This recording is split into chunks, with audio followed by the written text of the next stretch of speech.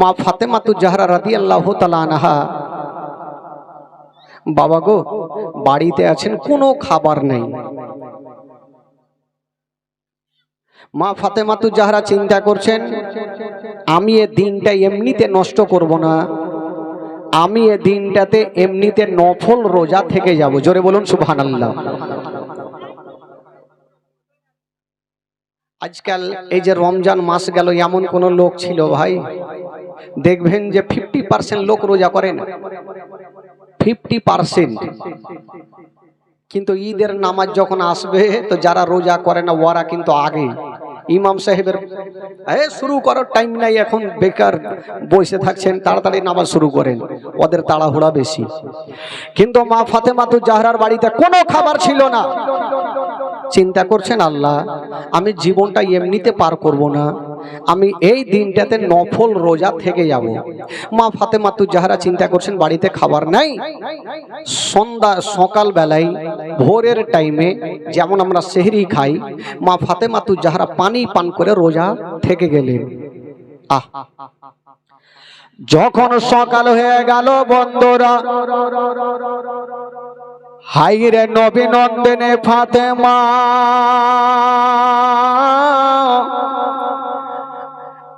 বাবা গো পার্শ্বের বাড়ি থেকে কিছুটা আটা ধার নিয়ে এসেছেন বাবা। যেমন আটা নিয়ে আসলেন বন্ধুরা, ওই আটা থেকে যেন রুটি তৈরি করেছেন। কেন? দোনো ছেলেকে খাওয়ানোর জন্য। যেমনই রুটি তৈরি করেছেন বাবা, ঠিক দুপুর টাইমে মা ফাতেমা দোনো ছেলেকে ডাক দিলেন, ওরে লাডলা দোলারা, ওরে কলেজার পারা, ওরে নয়নের তারা, এসরে বেটা আমি তোমার মা, তোমাদের অন্তর ভরে রুটি খাইয়া দে। ও যুবক বন্ধুরা, হাইরে মা ফাতেমা বাবা গো দোনো ছেলেকে পার্শ্বে বসায়া বাবা টুকরো টুকরো করে রুটি খাওয়াচ্ছেন বন্ধুরা। যেমনই রুটি খাওয়াচ্ছেন বাবা,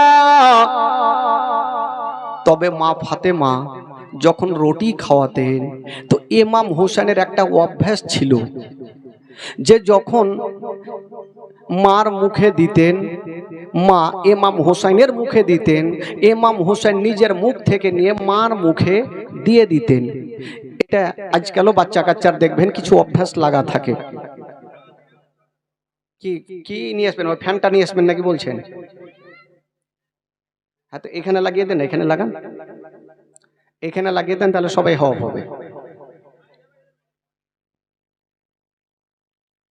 মা ফাতেমা যখনই বাবা গো ওই ইমাম হোসেনের মুখে খাবার দিচ্ছেন, তো ইমাম হোসেন নিজের মুখ থেকে নিয়ে মার মুখে ভরে দিচ্ছেন। মা বলছেন, বেটা আমার খাওয়া চলবে না। বলছেন, কেন মা? বলছেন, বেটা রে আমি রোজা করেছি রে বেটা। মা গো এটা তো রমজান মাস নয় মা, তুমি কিসের রোজা করেছো মা? বলছেন, বেটা রে ওরে লাডলা দুলারা, এটা আমি নফল রোজা করেছি রে বেটা। ইমাম হাসান হোসাইন বলেছিলেন, মা গো তুমি যখন রোজা করেছো মা, তবে আমাদের কেন জাগাওনি গো মা, আমরাও রোজা করতাম মা। হাইরে নবী নন্দিনী ফাতেমা বলেছিলেন, বেটা রে এত বড় দিনে বেটা তোমরা রোজা করতে পারবে না। ওরে লাডলা দুলারা তোমরা রুটি খেয়ে নাও বেটা। দোনো ছেলে বলেছিলেন, মা গো মা গো আমরা কোনো মতে রুটি খাবো না মা। মা তুমি রোজা করেছো মা, আমাদের কেন জাগাওনি, আমরাও রোজা করতাম। ফাতেমা বলছেন, বেটা রে এত বড় দিনে তোমরা রোজা রাখবে, কষ্ট পাবে বেটা, আমি মা সহ্য করব না।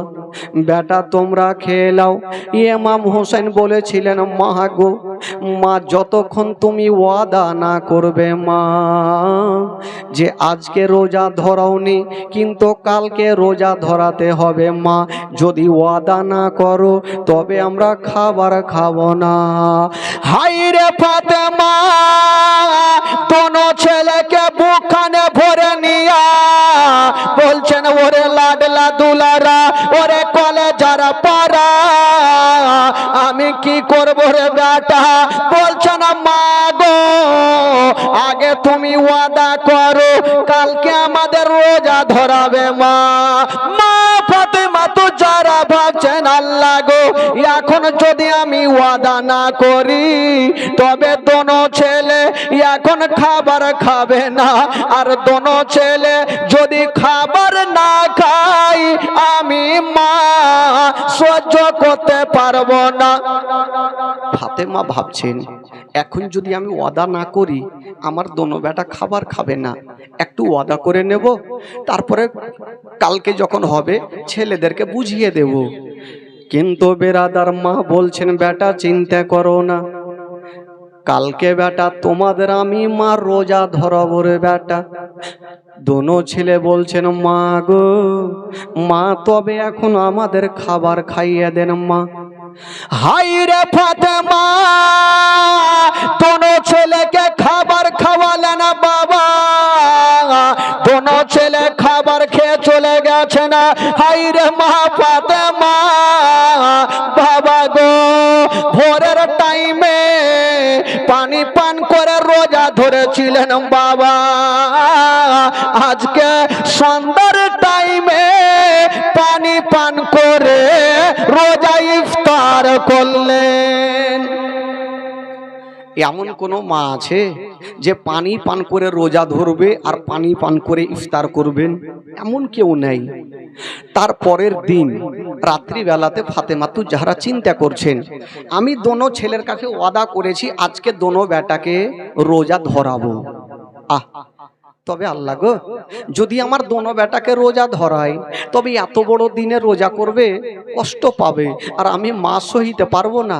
যা হবে হোক না কেন আমি দোনো বেটাকে জাগাবো না, সকাল হবে দোনো বেটাকে বুঝিয়ে দেব। মা ফাতেমা বাবা আবার ভোরের টাইমে যেমনই বাবা গো মসজিদে আজান হবে, আসসালা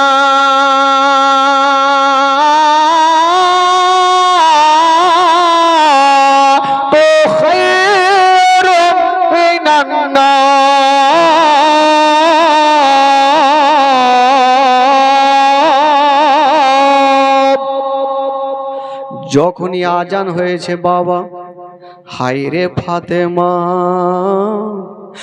বাবা রোজা করার জন্য এক গিলাস পানি নিয়েছেন কিন্তু দোনো বেটাকে জাগাইনি।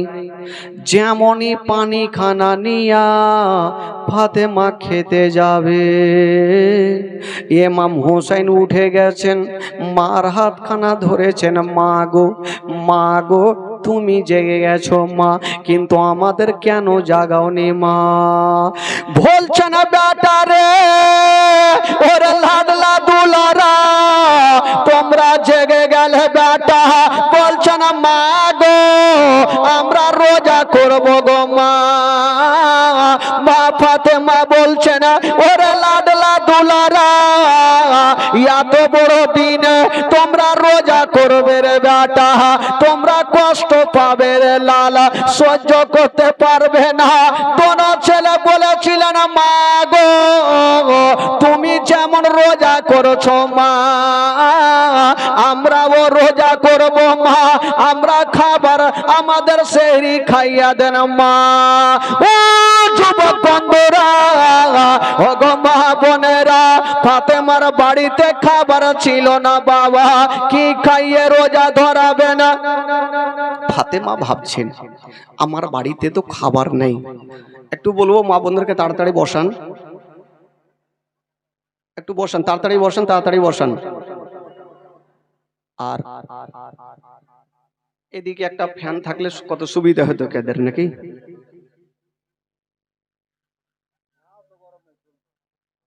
এরা সহ্য করলিবে তাহলে? টাটকা চর্বি আছে। মা বোনদেরকে বলবো ওদেরকে ফ্যান দেন, যেহেতু ওরা বাচ্চা কাচ্চা নিয়ে আসেন, ওদের একটু কষ্ট আছে। বাবা গো,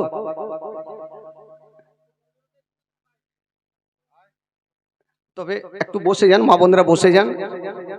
কাজে না বসলে জীবনীতে ইন্টারেস্ট আসবে না ভাই, কারণ এদিক ওদিকে হাল্লা হবে, জীবনী বুঝতে পারবেন না। আর জীবনী যদি বুঝতে না পারেন তাহলে শুনে লাভ হবে না। একদিক থেকে আপনাদেরকে বুঝতে হবে। আমি মা বোনদেরকে বলবো একটু তাড়াতাড়ি করে বসে যান, একটু বসে যান, ঠান্ডা মাথায় বসুন। আর কমিটিকে বলবো আপনারা এক দুইজন থাকেন ওইদিকে, মা বোনদেরকে একটু বসাবেন। আর ভাইদের দিকে কাঁড়ি দিতে হবে না, কারণ আধা ঘন্টা পরে দেখবেন যে অর্ধেকটা চলে গেছে। কাঁড়ি দিয়ে লাভ নেই, যেটি আছে ওইটি থাক। হ্যাঁ আমি জানি অর্ধেকটা চলে যাবে। বেরাদারান ইসলাম বন্ধুগণ, তবে একটা জিনিস আছে, জালসা জীবনী সব লোক ভালোবাসে না। হ্যাঁ, দিল দিয়ে যদি শুনে তাহলে ভাগবে না। আর যদি শুনছেন জীবনী আর চিন্তা করছেন আমার বাড়িতে বকরিটা কি খাইলে না খাইলে, হ্যাঁ আমার বেটা কি করছে না করছে, আর বুঝতে পারবেন না, ঠিক বাড়ি ভাগবেন। তবে একটু দিল দেন যে আমি কথাগুলো কি বলছি। তবে ইমাম হাসান হোসেনের জীবনী যারা একবার দিল থেকে প্রাণ থেকে শুনবে, মনে হচ্ছে যে যেই ঘটনাগুলো আমি বলবো মনে হচ্ছে এখনই ঘটছে, এত সুন্দর জীবনী। তবে আপনি দেখবেন একটা গান শুনছেন, দুইবার শুনবেন, চারবার শুনবেন, পুরানা হয়ে গেল আর শুনতে ভালো লাগে না। কিন্তু জীবনী একটা এমনই ইতিহাস, আপনি 100 বার যদি শুনেন আপনার পুরানা মনে হবে না, মনে হচ্ছে নতুন ঘটনা ঘটছে। জোরে বলুন সুবহানাল্লাহ, আরো জোরে বলুন সুবহানাল্লাহ। একবার গোটা মাজমা হাত তুলে বলুন তো সুবহানাল্লাহ, জোরে বলুন ইয়া রাসূলুল্লাহ। নারে তাকবীর, নারে রিসালাত, নারে হায়দারি। বাড়ি চলো, কিছু বলিয়েন না, সবিতে আলী আলী বললে হবে। তবে ভাই বন্ধুগণ একটু ধ্যান দিন, আহলে বাইতের ঘটনা আপনাদের সম্মুখে বলছি ভাই। দেখেন আজকাল রমজান মাস যখন আসে, আমরা আগে থেকে খাবার ব্যবস্থা করে নিই, এই খেয়ে সেহরি খাবো, আবার সন্ধ্যা হলে আমরা ইফতারের ব্যবস্থা ঠিক সময় মতো করে নিই। কিন্তু দোনো ছেলেকে মা ভাবছেন আল্লাহ দোনো বেটা আমার রোজা রাখবে, যদি সারা দিন থাকে আমার বেটারা কষ্ট পাবে, আমি মা সহিতে পারবো না। হাই রে মা ফাতেমা দোনো বেটাকে বাবা গো পানি পান করিয়া রোজা ধরিয়া দিয়েছেন। বাবা যেমনই রোজা ধরেছেন, মা ফাতেমা ভাবছেন আল্লাহ আমার বেটারা পানি পান করে রোজা ধরেছেন, আল্লাহ সন্ধ্যা যখন হবে তার আগে আমি মা দোনো বেটাকে পানি পান করাইয়া আমি রোজাটা ভাঙিয়ে দেব। কারণ আমার লাডলা দুলারা এত বড় দিনে রোজা করবে, আমি মা সহ্য করতে পারবো না। এমন কোন মা আছে গো, নিজের সন্তান যদি কষ্ট পায় তবে মা বোনদের দিলখানা বেশি কান্দে। সন্তানের দিলে ব্যথা তার থেকে মায়ের দিলে বেশি ব্যথা। ভাইরে ফাতেমা দোনো ছেলের জন্য বাবা গো ঠিক দুপুরের টাইমে দেখছেন বাড়িতে খাবার নাই, চিন্তা করছেন আল্লাহ আমার বাড়িতে খাবার নাই, দোনো ছেলেকে আমি কি খাওয়াবো। সর্বপ্রথম ফাতেমা ভাবছে না আমি 1 গিলাস করে পানি পান করিয়ে দিই, রোজাটা ভাঙবে, মনখানা শান্তি হবে। ছেলেদের মন শান্তি হওয়া মানে আমার মনখানা শান্তি হওয়া। হাইরে ফাতেমা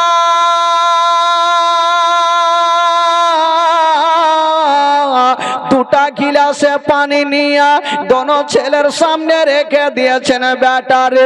ওরে লাডলা দুলারা, তোমরা এ পানি পান করে নাও বেটা, রোজাটা ছেড়ে দাও বেটা। দোনো ছেলে বলছেন মা গো, গো জননী মা, তোমাকে একটা কথা বলবো গো মা। বললো কি কথা? বলছেন মা গো, তুমি কি জানো না মা যে রোজাদারের সামনে কোনো খাবার আনতে হয় না মা, আমরা রোজা করেছি মা, কেন আমাদের সামনে পানি নিয়ে এসেছো?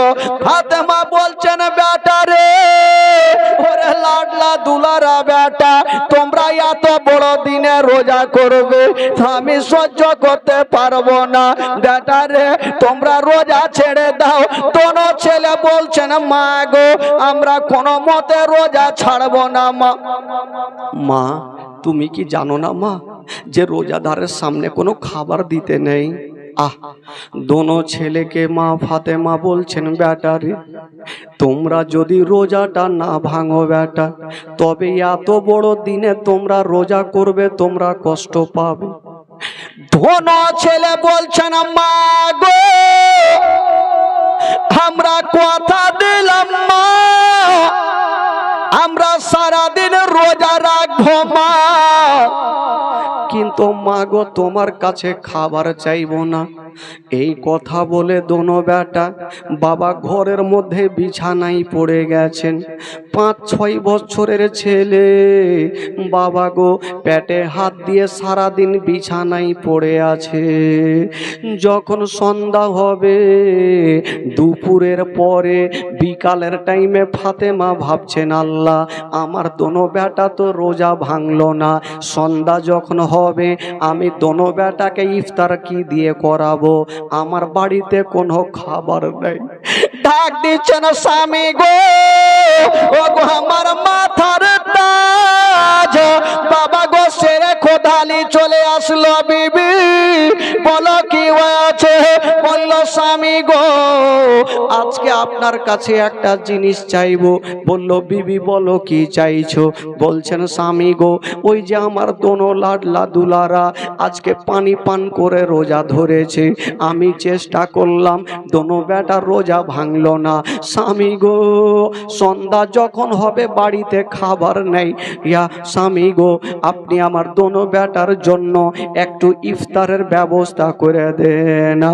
যেমন এই কথা বলা সেরে খোদালি বলছেন বিবি তুমি চিন্তা করো না, আমি এখনই যাব আর কাজ কাম করে তোমার দোনো ছেলের জন্য খাবার নিয়ে আসিব।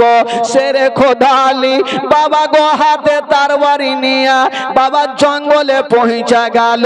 যেমনই জঙ্গলে যেতে নাই শুকনো শুকনো লুকড়ি গুলা কেটে বাবা বাজারে দাঁড়িয়ে আছে, আমার লুকড়ি বিক্রি হলে আমার দোনো বেটার জন্য আমি ইফতারের ব্যবস্থা করে নিয়ে যাব। সেরে খোদালি বাজারে দাঁড়িয়ে দাঁড়িয়ে কাঁদছে, কোনো খরিদার আসে না, আর ফাতেমা ঘরের মধ্যে কাঁদছে। দোনো ছেলে পেটে হাত দিয়ে ঘরের ভিতরে কাঁদছে আর বলছেন, ছোট ছেলে বলছেন ইমাম হোসেন বলছেন দাদা গো সূর্যটা কখন ডুববে দাদা, আমরা ইফতার করব। কথা চলছে বাবা, আর ফাতেমা আল্লাহর কাছে দোয়া করছেন আল্লাহ আমার স্বামীকে কোথায় পাঠিয়েছি, আল্লাহ আমি খাবার চাই না, আল্লাহ গো আমার স্বামীকে ভালো অবস্থায় আমার বুকখানে ফিরিয়ে দাও। ফাতেমা কাঁদছে আর দোয়া করছেন বাবা, আর ওইদিকে সেরে খোদালি বাজারে দাঁড়িয়ে দাঁড়িয়ে কাঁদছে, আমার লোকড়ি যদি বিক্রি না হয় আমার দোনো ছেলের জন্য খাবার দিতে পারবো না, ইফতারের ব্যবস্থা করতে পারবো না। কাঁদতে ছিল আর আল্লাহর কাছে দোয়া করছেন আল্লাহ আমার লোকড়ি কি বিক্রি হবে না? অত ইজ্জত মানতাসা, অত জিল্ল মানতাসা। ইজ্জতের মালিক আল্লাহ, জিল্লতের মালিক আল্লাহ। একটা খোদার বান্দা চলে আসিল, আলী বলো তোমার লোকড়ির দাম কত? আলী বলছেন ভাই রে আমি দাম বলবো না, তুমি লোকড়ি খানা নিয়ে যাও, আর যা পারো তুমি দিয়া যাও, কারণ আমার এমার্জেন্সি আছে। ওই লোকটা কিছু টাকা দিয়েছেন, আর ওই টাকা থেকে সেরে খোদা আলী অল্প আটা খরিদ করে বাবা বাড়ির দিকে রওনা দিয়েছেন। যেমনে যাচ্ছেন মা গো ফাতেমা বলছেন স্বামী গো আপনি চলে এসেছেন। বলল বিবি চিন্তা করো না, এই যাটা নিয়ে এসেছি তুমি রুটি তৈরি করে নাও। মা ফাতেমা দেরি করলেন না বাবা, সঙ্গে সঙ্গে 3 খানা রুটি তৈরি করেছেন। যেমন রুটি তৈরি করেছেন মা ঘরের মধ্যে রেখেছেন, আর ইমাম হাসান হোসেন ছোট ছোট ছেলে বাবা গো বিছানাতে পেটে হাত দিয়ে পড়ে আছে। ইমাম হোসেন বলছে দাদা গো আমরা মার কাছে খাবার চাইবো না, মার কাছে যদি খাবার চাই তবে মায়ের মনে কষ্ট হবে, মার মনে কষ্ট দেওয়া যাবে না। ইমাম হাসান বলছেন ভাই হোসেন রে চিন্তা করো না, আমার আব্বা খাবার নিয়ে এসেছে, ওই যে দেখছো 3 খানা রুটি। ইমাম হোসেন দেখছেন আল্লাহ আমরা 3 খানা রুটি আমরা খেয়ে ইফতার করব। ভাই দেখবেন রমজান মাস যখন থাকে আমরা সারা দিন ধরে রোজা রাখি, কিন্তু দেখবেন যে খাবার ইচ্ছা না জাগলেও পানি পান করার ইচ্ছা জাগবে। ছোট্ট ছোট্ট ছেলে কাঁদছে, বড় ভাই বলছে ভাই হোসেন চিন্তা করো না, এক্ষুনি সূর্যটা ডুবে যাবে ভাই আমরা রুটি খাবো রে ভাই। বেরাদার বন্ধুরা পেটে হাত দিয়ে দোনো ভাই আছে, যেমনই সূর্যটা লাল হতে গেছে একটা ফকির এসে ফাতেমার কাছে সওয়াল করে দিল, বলছে না বেটি ফাতেমা আমি 3 দিনের ভুকা পিয়াসা, আমার পেটে দানা নাই পানি নাই, যদি কিছু থাকে তোমার বাড়িতে আমাকে দাও। ফাতেমা একবার রুটির দিকে দেখছেন বাবা, আর একবার দোনো ছেলের দিকে দেখছেন বন্ধুরা, দোনো ছেলে রুটির দিকে দেখে আছেন বাবা গো কখন সূর্যটা লাল হবে। কিন্তু বেরাদারা ওই ফকির এসে সওয়াল করেছেন ফাতেমা আমাকে কিছু খাবার দাও। আজকাল যদি মা বোনেরা হইতো তবে ফকিরকে ধিক্কার দিয়ে তাড়িয়ে দিত, নিজের ছেলেকে দেব তোমাকে দেব না। কিন্তু কাকে বলে বাবা ওই নবী নন্দিনী ফাতেমা মাথায় হাত দিয়ে কাঁদতে লেগেছেন, আল্লাহ আল্লাহ আমি কি করব, এখন আমি ফকিরকে দেব না আমার দোনো বেটাকে দেব? ফাতেমা কাঁদছে, ঝরঝর করে কাঁদছে। ফকির বলছেন মা তুমি কান্দিও না, একটু আমাকে খাবার দিয়ে দাও মা। হাই রে ফকির কান্দে, কিন্তু মা ফাতেমা দাঁড়িয়ে দাঁড়িয়ে কান্দে, কোনো উত্তর করে না। একদিকে দোনো ছেলে কাঁদছে আর দেখছেন মায়ের চোখের দিকে আমার মা কেন কাঁদছে, ফকির কেন কাঁদছে। ইমাম হাসান হোসেন চট করে আস্তে আস্তে করে মার হাতখানা ধরেছেন, মা গো মা তুমি কাঁদছো কেন মা, কি এমন হয়েছে বলো মা। এই বসো, মা তুমি কাঁদছো কেন মা? ফাতেমা বলছেন বেটা রে আমি কাঁদছি কেন তোমাদের কেমন করে বলবো রে বেটা। দোনো ছেলে বলছেন মা গো তুমি কেন কাঁদছো আমরা ভালো করে জানি মা। বলছে কেন কাঁদছি রে বেটা বলো। বলছেন মা গো ওই যে ফকির দাঁড়িয়ে আছে মা, তুমি এটাই ভাবছো খাবার ফকিরকে দেব না আমরা দোনো বেটাকে দেব, তার জন্য তুমি কাঁদছো। ফাতেমা চট করে দোনো বেটাকে টেনে বুকখানে লাগিয়েছেন বাবা। বলছেন আল্লাহ গো আমার দোনো বেটার এত বুদ্ধি জ্ঞান দিয়েছ আল্লাহ, ব্যাটারি এত বুদ্ধি জ্ঞান দিয়েছো, আমার না বলাতে দোনো বেটা বুঝে গেছে। দোনো ছেলে বলছেন মা গো, মা তোমাকে একটা কথা বলি মা, আমরা কয়দিন থেকে খাইনি মা। বলছে ব্যাটারে সারাদিন খাওনি। বলছেন মা গো বলো, এ ফকির কয়দিন থেকে খাইনি। বলছে বেটা 3 দিন থেকে। তবে মা গো, আমাদের বেশি কষ্ট হবে না ওই ফকিরের বেশি কষ্ট হবে? ফাতেমা বলছে ব্যাটারে ওই ফকিরের বেশি কষ্ট হবে। এই কথা বলতে নেই, ছোট ছেলেটা মার হাত ধরেছে। মা গো, মা চিন্তা করো না। এই ভাই, ওই এগুলা মাইকে জীবনী হবে? হ্যাঁ,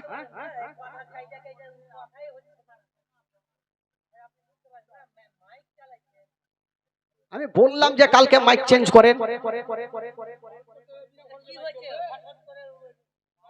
ও কিছু বুঝতেই পারছে না। মাইক নিয়ে এসছে, বেকার বেকার মাইক। এগুলো আগলা যুগের বক্স নিয়ে চলে এসে চলে নাকি?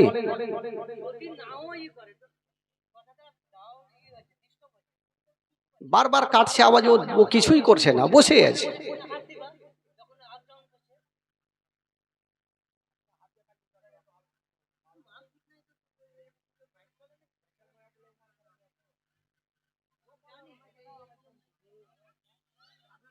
সামনে বারোটা কত ভালো ছিল, সামনে বার মাইকটাই ভালো ছিল, কত সুন্দর বাজলো, কোনো কথাই বলতে হলো না।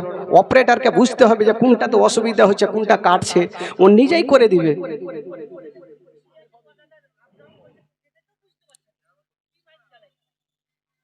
আরে বাবা, যখন বুঝে না তো আপনারা করলেন কেন? আগে থেকে ভাবতে হবে যে একদিনের প্রোগ্রাম না, জীবনীর প্রোগ্রাম হলো ঠান্ডা শান্তি। লোক যদি বুঝতে না পারে আওয়াজ, তাহলে জীবনী শুনে লাভ কি আছে? জীবনী একটা ঠান্ডা, একটা কষ্টের বায়ান যখন হবে, একটা ঠান্ডা মাথায় একটা জীবনী বুঝার ব্যাপার আছে না? তো মিষ্টি আওয়াজই না হবে না তো কি বুঝবে? একটু ফাড় ফাড় ফাড় ফাড় করছে, কোনো আওয়াজই বোঝা যায় না। আমি মনে হয় জীবনী করছি তো ভাবছি যে 70 বছরের বুড়াই আওয়াজ করছি। হ্যাঁ,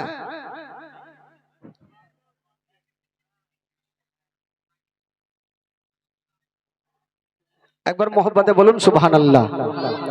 তবে বাবা গো, দোনো ছেলে মার হাতখানা ধরে বলছেন মা, মা গো, মা তুমি একটা কাজ করো মা, আমাদের রুটি কটা আছে মা? বলছে বেটা 3টে। মা তুমি আমাদের 2টা দাও আর একটা ফকিরকে দিয়ে দাও। মা, মা গো আমরা 2টা বিসমিল্লাহ বলে খাবো, আমাদের অন্তরখানা শান্তি হয়ে যাবে। জোরে বলুন সুবহানাল্লাহ। এই দেখেন দোনো বেটা মাকে সান্ত্বনা দিচ্ছেন, মা তুমি চিন্তা করো না মা, তুমি আমাদের 2টা রুটি দাও আর ফকিরকে একটা দাও মা, কারণ ফকিরের মনে দুঃখ দিতে নেই। আমরা তো সারাদিন থেকে খাইনি, তোমার কত কষ্ট হচ্ছে মা, কিন্তু ফকির যে 3 দিন থেকে খাইনি, তার মার কতটা কষ্ট হবে। মা গো তুমি আমাদের 2টা দাও। ফাতেমা তো জাহরা রাদিয়াল্লাহু তাআলা আনহা দোনো ছেলেকে, বাবা গো, দোনো ছেলের জন্য রুটি 2টা রেখে দিয়েছেন বাবা, যেমন রেখেছেন মা গো। ওইদিকে বলছেন বেটা রে, তোমরা চিন্তা করো না রে বেটা, আমি তোমার মা, তোমাদের 2টা রুটি রেখে দিয়েছি রে বেটা। বাবা গো, সূর্যটা যেমনই লাল হতে যাবে, যেমনই দোনো বেটা পেটে হাত দিয়েছেন বাবা, আর যেমন ইফতার করার জন্য টাইম হয়ে যাচ্ছে, সূর্যটা লাল হয়ে আছে, মা বলছেন বেটা রে তোমরা যাই নামাজে বসে যাও বেটা, এখন ইফতার করতে হবে রে বেটা। দোনো ছেলে মার কথা শুনে যেন যাই নামাজে বসে গেছেন।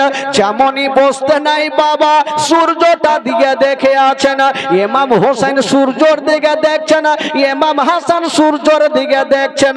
যেমনই লাল হতে নাই, হঠাৎ করে বাবা একটা ছোট বাচ্চা, ইয়াতিম বাচ্চা কানতে কাঁদতে এসে ফাতেমার পা কানা জড়িয়ে ধরে নিয়েছেন। মা গো আমি 7 দিনের ভুকা পিয়াসা, আমার পেটে দানা নাই মা, আমি ডগরে ডগরে নগরে নগরে ঘুরেছি মা, কেউ আমাকে খাবার দেয়নি মা। আমি জানি তুমি কোনোদিন কাউকে ঘুরাওনি মা, আজকেও তুমি ঘুরাতে পারবে না। যদি কিছু থাকে মা আমাকে খাবার দিয়া দাও। ছোট্ট ইয়াতিম বাচ্চার কথা শুনে ফাতেমা চিন্তাতে পড়ে গেল। আল্লাহ, আমার বাড়িতে 2টা রুটি, দোনো বেটা আছে, কিন্তু বাচ্চাটা কাঁদছে কেন? বাচ্চাটা বলছেন, মা গো আমি 3 দিন থেকে নাই মা, আমি 7 দিন থেকে ভুকা মা, আমার মা নেই বাবা নেই, বলি আমার দুনিয়াতে কিছুই নেই। মা গো যার বাবা মা জগতে বেঁচে নেই তার দুনিয়াটা অন্ধকার বাবা, পৃথিবীতে সব খুঁজে পাবেন গো, কিন্তু মার মতো একটা মা খুঁজে পাবেন না। দোনো ছেলে, দুই ছোট্ট ছেলেটার দিকে দেখছেন। বাচ্চাটা ফাতেমাকে বলছেন, মা গো তোমার কি বিশ্বাস হয় না মা, আমি 7 দিনের ভুকা, আমার পেটখানা একবার দেখে নাও মা। ওই বাচ্চাটা নিজের জামাখানা একবার তুলে দিয়েছেন বাবা, যেমনই তুলতে নাই মা সঙ্গে সঙ্গে বাবা গো ওই দিকে দেখছেন ফাতেমা। ফাতেমা দেখছেন বাবা গো যেন পেটে মনে হয় 7 দিন থেকে নাই, 1 মাস থেকে খাবার নেই, কাঁদতে আরম্ভ করেছে। আর বলছেন, মা গো আমার মা নাই বাবা নেই, বলি আমাকে কেউ খাবার দেয়নি মা, আমি কোথায় কোথায় ঘুরেছি মা, কেউ খাবার দেয়নি মা। আমি জানি তুমি নবী নন্দিনী ফাতেমা, কোনোদিন ফকিরকে ঘুরাওনি, আজকেও ঘুরাতে পারবে না। ওই বাচ্চা ছেলেটা, হ্যালো হ্যালো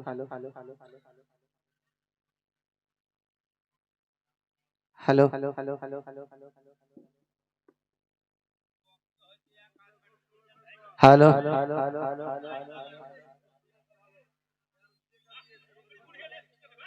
আচ্ছা আজকে রাগারাগি করিয়েন না, জীবনীটা শেষ হোক তারপরে যা বলিয়েন, না হলে ফের নষ্ট হয়ে যাবে। একবার হাত তুলে বলুন তো সুবহানাল্লাহ, যা বলুন সুবহানাল্লাহ। আজকে বুঝাইলেন যে আমি বুড়াই জালসা করছি, হ্যাঁ বুঝে নিতে হবে। আমি যা বলছি আজকে বুড়া, আজকে বুঝে গেছি যে 30 বছরের লোক 70 বছর হয়ে গেছে, আমার টাইম কাছিয়ে গেছে।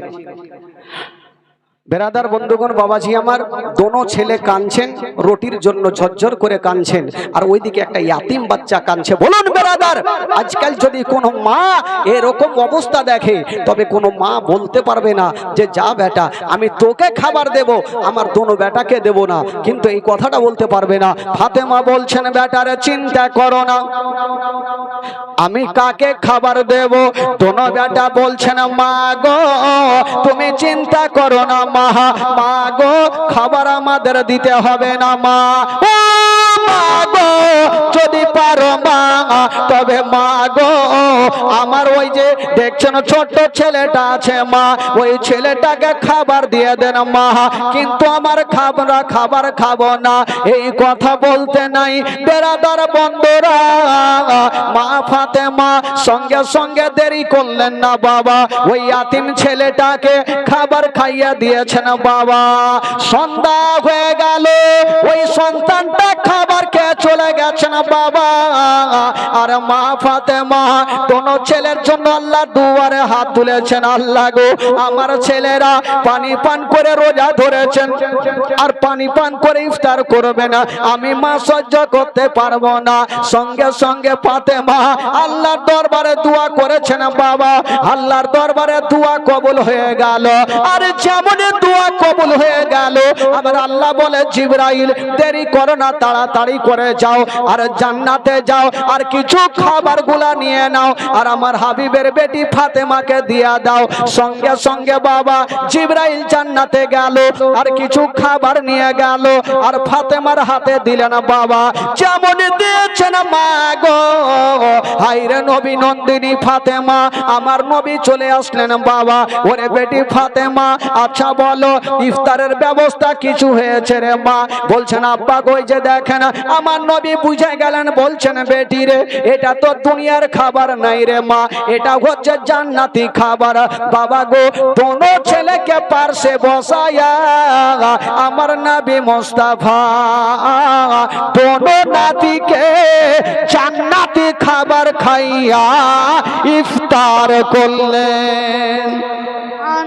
दोनों बेटा के मा फातेमा दोनों लाडला के জান্নাতি খাবার খাইয়ে ইফতার করলেন। কতটা ভালোবেসেছেন বাবা গো, সুবহান আল্লাহ। তবে কোনোদিন কষ্ট দেননি। একদিন ইমাম হাসান, আমার দিকে দেখেন, ওদিকে দেখিয়েন না। ও দাদা আপনার আজকে বক্স দেখিয়েন না, বসে যান বসে যান, দেখিয়েন না ফের ওইটুকু কেটে যাবে, বসে যান বসে যান। একদিন দোনো বেটা সিলোটে লেখা লিখেছেন। সিলোট বুঝলেন তো? সিলোট আজকাল সিলোট আছে আছে আছে মানে কম আছে, খুব বেশি নাই, কম সম আছে। তো ইমাম হাসান সিলোটে লিখেছেন আর ইমাম হোসেনও লিখেছেন। ইমাম হাসান বলছেন ভাই তোমার থেকে আমার লেখা বেশি ভালো, আর ইমাম হোসেন বলছে তোমার মাথা খারাপ, তোমার থেকে বেশি আমার ভালো। দোনো বেটাদের ঝামেলা সৃষ্টি হইল। আজকাল আমাদেরও বাড়িতে হয়, বাচ্চা কাচ্চারা একটু মানে একটু কম্পিটিশন লাগিয়ে দেয়, চেষ্টা করে ঝামেলা করার। ইমাম হাসান বলছে আমার লেখা ভালো, আর ইমাম হোসেন বলছেন না আমার লেখা ভালো। তো দুজনাই যখন বারবার ভালো ভালো বলছে, তো ইমাম হাসান বলছে ভাই রে যখন আমি আমার লেখা ভালো বলছি তুমি তোমার লেখা ভালো বলছো, তবে চলো মার কাছে চলো, মা যেটা ভালো বলবে সেটাই ভালো, চলো তাহলে। দোনো বেটা মার কাছে সিলটখানা রেখে দিয়েছেন। মা গো মা এই যে এটা আমার লেখা আর এটা আমার ছোট্ট ভাইয়ের লেখা, মা গো বিচার করে দেন কোনটা লেখা ভালো। আজকাল যদি আমার মা বহিনেরা হইতো তোকে 1 সেকেন্ডের মধ্যে রেজাল্ট দিয়ে দিত, যা বড় বেটার লেখা ভালো যা, আর না হলে ছোট্ট বেটার লেখা ভালো যা। কে কষ্ট পাইছে না পাইছে দেখার নাই। ফাতেমা চিন্তা করছেন, মাথায় হাত দিয়েছেন, আল্লাহ এখন যদি বলে দিই আমার বড় বেটার লেখা ভালো তবে আমার ছোট বেটা কষ্ট পাবে, আর যদি বলে ছোট বেটার লেখা ভালো তবে বড় বেটা কষ্ট পাবে। ও দাদা ওই দাদা ও দাদা ভাই আপনারা বসে বসে, মায়ের পিঠ পরে করবো, বসে। মা ফাতেমা চিন্তা করছে এখন যদি বলি বড় বেটার লেখা ভালো তবে ছোট্ট বেটা কষ্ট পাবে, আর যদি বলি ছোট্ট বেটার লেখা ভালো তো বড় বেটা কষ্ট পাবে। মা ফাতেমা বলছেন আল্লাহ গো আমি মা কোন বেটাকে দুঃখ দিব না। মা ফাতেমা বলছেন বেটারে তোমরা যেই প্রশ্ন করেছো বেটা এর উত্তর আমি দিতে পারবো না। দোনো ছেলে বলছেন মা গো এটা কোনো শক্ত প্রশ্ন হইল, সোজা প্রশ্ন কোনটা লেখা ভালো বলে দেন। ফাতেমা বলছে না বেটা আমার দ্বারাই হবে না, তবে কোথায় পাবো? বলছে যা বেটা এই প্রশ্নের উত্তর যদি দিতে পারে তবে তোমার আব্বা পারবে, জোরে বলুন সুবহানাল্লাহ। এবার দোনো বেটা দেরি করলেন না, আবার গুটি গুটি পায়ে বাপের সামনে দাঁড়িয়ে গিয়েছেন।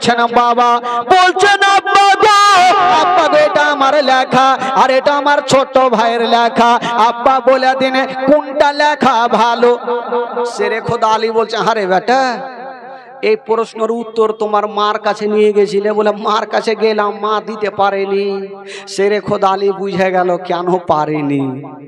শেরে খোদা আলী বলছে না আমি কোনটা লেখা ভালো বলবো, বলছে বেটা রে তোমাদের একটা কথা বলে দি বেটা, তোমার মা যখন পারেনি আমিও এই প্রশ্নের উত্তর দিতে পারবো না।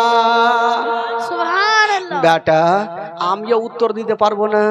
তো দোনো বেটা রাগের মাথায় বলছে আব্বা কোন এমন প্রশ্ন যে আপনিও দিতে পারবেন না মাও পারবে না, তাহলে কার কাছে যাব? শেরে খোদা আলী বলছেন বেটারে এই প্রশ্নের উত্তর পৃথিবীতে একজনই দিতে পারবে রে বেটা। বলল কে? বলছেন বেটারে এই প্রশ্নের উত্তর দিতে যদি পারে তবে তোমার নানা নবী মুস্তাফা। তোমার নানা ছাড়া কেউ পারবে না। তো দোনো ছেলে বলছে না না পারবে, ঠিক আছে তাহলে যাই নানার কাছে যাই। এবার দোনো ছেলে নানার কাছে গিয়ে হাজির, সিলট রেখে দিয়ে বলছেন নানা কি হলো বলো? এটা আমার লেখা আর এটা আমার ছোট্ট ভাইয়ের লেখা, নানা গো বলে দিন কোনটা লেখা ভালো। আমার নবী চিন্তা করছেন আমি কোনটা ভালো বলবো। এখন যদি বলি ইমাম হাসানের লেখা ভালো, তো ইমাম হোসেন বড় বড় চোখ করে দেখবে যে না না আমারটা ভালো বলে না। আর যদি বলি ইমাম হোসেনের লেখা ভালো, তো বড় নাতি বড় বড় চোখ করে নিবে। আমি কোনটা নাতিকে দুঃখ দিব? আমার নবী একটু মাথাটা নিচা করে আছেন। আচ্ছা বলুন তো ভাই, এই প্রশ্নের উত্তর আমার নবী দিতে পারবে কি পারবে না? একটু জোরে বলুন, পারবে কি পারবে না? পারবে। দুনিয়ার এমন কোন প্রশ্ন নাই যে আমার নবী উত্তর দিতে পারবে না। আমার নবী মাথাটা একটু নিচা করে আছেন। বাবা আল্লাহর অর্ডার হয়ে গেল। আল্লাহ বলে জিবরাইল দেরি করো না, তাড়াতাড়ি করে আমার নবীর কাছে চলে যাও। আল্লাহ গো কি করব? বলে তুমি তিনটা গুলি লিয়া যাও আর নবীকে দিয়া দাও আর বলো যে নবী গো আপনি দুইখানা সিলট নিচে রেখে দেবেন আর তিনটা গুলি ওপরে উড়িয়ে দেবেন। যার সিলটে দুইটা গুলি পড়বে তার লেখা ভালো, আর যার সিলটে একটা পড়বে তার লেখা ভালো নাই।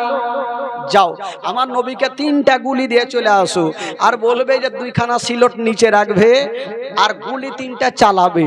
যার সিলটে দুটা পড়বে তার লেখা ভালো, আর যার সিলটে একটা পড়বে তার লেখা ভালো না। জিবরিল আমিন ফারিস্তা সা করে হাজির হয়ে গেল। আমার নবীকে সালাম জানিয়ে দিলেন, আসসালাতু ওয়াসসালামু আলাইকা ইয়া রাসূলুল্লাহ, আসসালাতু ওয়াসসালামু আলাইকা ইয়া হাবিবাল্লাহ। নবী বলে জিবরাইল ভাই বলো কি খবর? বলছেন নবী গো এই যে আপনার নাতিদের প্রশ্নের উত্তর, এই যে তিনটা আপনি গুলি নিয়ে এলেন আর ওপরে চালিয়ে দিন। যার সিলটে দুটা পড়বে তার লেখা ভালো, আর যার সিলটে একটা পড়বে তার লেখা ভালো নেই। ঠিক আছে, সিলট দিয়ে তো ভাই গুলি দিয়ে চলে গেলেন। আমার নবী দোনো নাতিকে ডাকছেন, ও নাতিরা এদিকে আসো। চলে আসলো যে নানার কাছে উত্তর পাবো। বলছে হারে নাতি আচ্ছা বলো যে আমার হাতে কটা গুলি আছে? বলে নানা তিনটা। আচ্ছা তোমাদের সিলট কয়টা? বলে না দুটা। আচ্ছা এক কাজ করো, দুইখানা সিলট তোমরা সামনে রেখে দাও আর আমি তিনটা গুলি ওপরে চালাবো। যার সিলটে দুটা পড়বে বুঝে নিবে আমার লেখা ভালো, আর যার সিলটে একটা পড়বে তার লেখা ভালো নয়। তো দোনো নাতি মনে মনে চিন্তা করছে, ইমাম হাসান ভাবছে আমার সিলটে দুটা পড়বে, আর ইমাম হোসেন বলছে আমার সিলটে দুটা পড়বে। হাই রে নবী পাক যেমন তিনটা গুলি চালিয়ে দিয়েছেন বাবা, যেমন তিনটা গুলি চালিয়ে দিয়েছেন, ইমাম হাসান বলছে ওরে গুলি রে আমার সিলটে দুটা চলে আয়, আর ইমাম হোসেন বলছে আমার সিলটে দুটা চলে আয়। গুলি তিনটা ওপরে ঘুরছে বাবা, আর ঘুরতে ঘুরতে একটা ইমাম হাসানের সিলটে পড়ে গেল আর একটা ইমাম হোসেনের সিলটে পড়ে গেল। আচ্ছা বলুন তো আমার নবী কয়টা গুলি চালিয়েছিলেন? সরে বলুন কয়টা? তিনটা। দুটা দুইখানা সিলটে পড়েছে আর একটা গুলি পড়ে না, ওপরে বান বান করে ঘুরতে আছে, ঘুরছে। ইমাম হাসান বলছে ওই ঘুরতে হবে না আমার সিলটে আই। ইমাম হোসেন বলছে খবরদার ওই দিকে যাবি না আমার সিলটে আই। গুলিও চিন্তা করছে আমি কোনঠে যাব, গুলি চিন্তা করছে এখন যদি বড় ছেলের আমি সিলটে যাই তবে ছোট্ট কষ্ট পাবে, আর ছোট্ট ভাইয়ের সিলটে যাই তো বড় ভাই কষ্ট পাবে।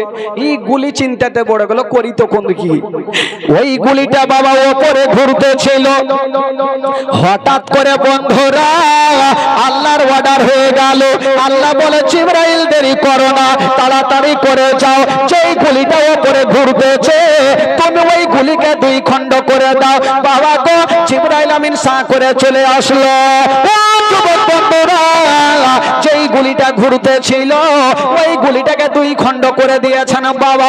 যেমনই দুই খণ্ড করতে নাই, অর্ধেকটা ইমাম হাসানের সিলটে পড়ে গেছে আর অর্ধেকটা ইমাম হোসেনের সিলটে পড়ে গেছে। আমার নবী বলছেন, ওরে নাতিরা তোমরা দেখে নাও, তোমাদের দুইজনারই লেখা একই সমান।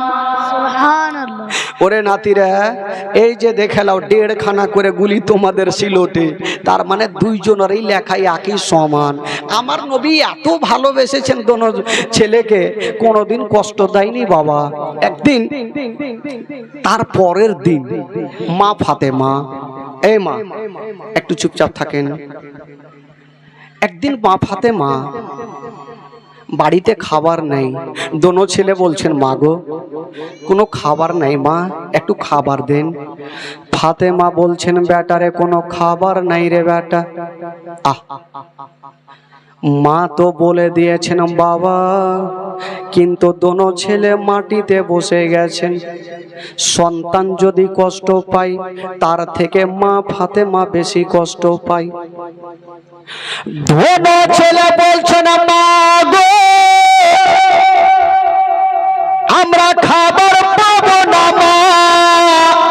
বলছেন, বেটা রে কালকে তোমাদের খাবার দিব রে বেটা। দোনো ছেলে আবার চলে গেছেন। তারপরের দিন আবার এসে বলছেন, মা গো খাবার দাও মা। বলছে, বেটারে আজকে খাবার দিতে পারবো না। বাবা গো, জীবনের মধ্যে বেরাদার এই ঘটনাটা যখন বইয়ে পড়েছিলাম তখন ডুগরে ডুগরে চোখের পানি ধরে রাখতে পারিনি। মা গো আজকে সেই ঘটনা আপনাদের সামনে তুলছি মা। এমন কোনো ভাই নাই, এমন কোনো মা নাই যে তাদের চোখের পানি পড়বে না মা। হাই রে নবী পাক বাড়িতে আছেন, দোনো ছেলে বলছেন, মা গো খাবার দেন মা। বলছে, বেটারে খাবার দিতে পারবো না, কালকে খাবার দিব বেটা। আবার কালকে চলে আসলো, মা গো কিছু খাবার দিয়ে দাও বেটা। বলছে, বেটারে আজকেও খাবার দিতে পারবো না রে বেটা। দোনো ছেলে মার কাছ থেকে রাগ করে চলে গেছেন জঙ্গলের দিকে। দোনো ছেলে কাঁদতে কাঁদতে চলে গেছেন বাবা, কিন্তু ফাতেমার মনটা মানে না। ফাতেমা কাঁদছে, আল্লাহ আমার দোনো বেটা খাবার চাইলো, আমি মা দিতে পারলাম না।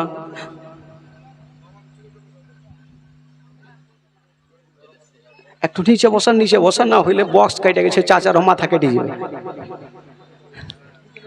নিচে বসে, নিচে বসে। আগে মা আগে মুশকিল হয়ে যাবে। আচ্ছা চলুন তো একটু মদিনা চলুন, ঘুরে আসি, তারপরে আবার চলে আসি, তাহলে ঘুমটা ভাঙবে। একটু জোরে সোরে আমার সাথে একটু গোটা মাজমা